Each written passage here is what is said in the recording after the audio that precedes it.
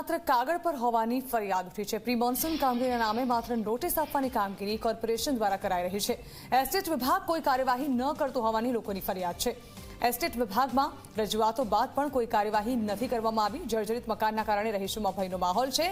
ચોમાસા પહેલા તંત્ર કોઈ નક્કર કામગીરી કરે તેવી લોકો માંગ કરી રહ્યા છે।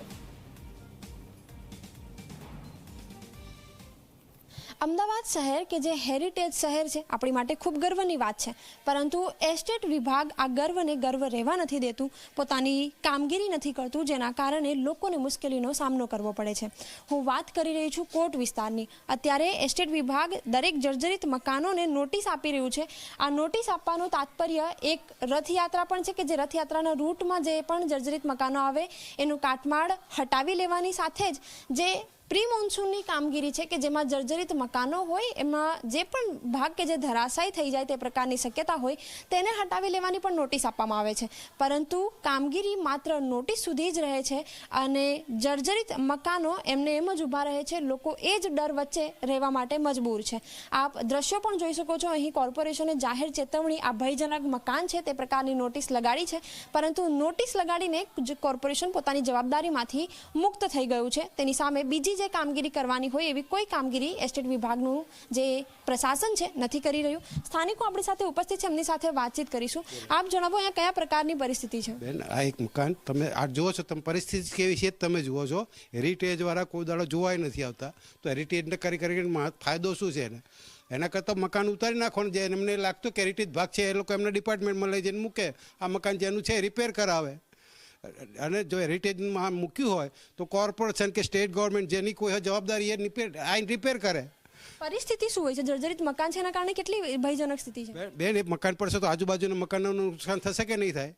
તમને અંદર મકાન બતાવજો એના છે એનાથી બાજુના મકાનોનું નુકસાન થાય છે, તો શું હેરિટેજ વાળા બીજાનું મકાન રિપેર કરી આપશે એ લોકો? તો પછી એને કરતાં હેરિટેજ વાળા ક્યાંય ડિપાર્ટમેન્ટ હેરિટેજ વસ્તુ જ બંધ કરી દો કે જેનું મકાન જે રિપેર કરાવશે તમારે શું લેવા દેવા છે?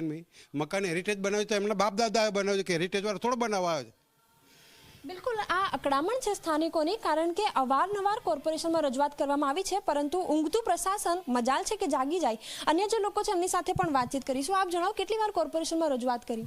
કોર્પોરેશનના એસ્ટેટ ઓફિસરથી માંડીને નાનામાં નાના કર્મચારી સુધી આ વાતની અમે લોકોએ પહોંચાડી છે।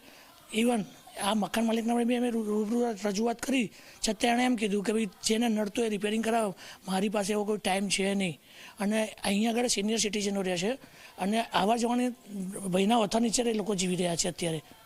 અને ચોમાસાની સિઝન આવી છે, અમે વારંવાર કોર્પોરેશનને બી રજૂઆત કરીએ છીએ અને કહીએ છીએ કે ભાઈ આને રિપેરિંગ કરાવો અથવા આને સંપૂર્ણ તમે ઉતારીને તેનો કાટમાળ લઈ જાઓ। મકાન માલિકને બી ના પડ્યો તો તમે એનો કાટમાળ પણ લઈ જાઓ।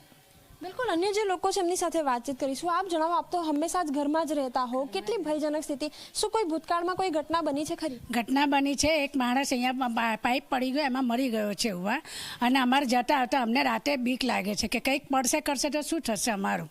અને બધા ઉંમર લાયક માણસો રહે છે, કોઈ નાના તો છે નહીં અહીંયા, બધા 70 વર્ષ ઉપરના છે, કોઈ જ નાનું નથી। જો અને અહીંયા બિલકુલ પરિસ્થિતિનો આપ અંદાજ લગાવી શકો છો કે કયા પ્રકારની સ્થિતિ, પરંતુ જાણે ઊંઘતું પ્રશાસન, બેરું પ્રશાસન, જેને સ્થાનિકોની રજૂઆતની કોઈ પડી ન હોય તે પ્રકારની સ્થિતિ અહીં જોવા મળી રહી છે।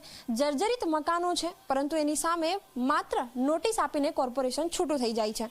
કેમેરામેન ઉમેશ પરમાર સાથે સપના શર્મા, ઝી 24 કલાક, અમદાવાદ। તો આગળ કરીશું અને સમાચારો પર નજર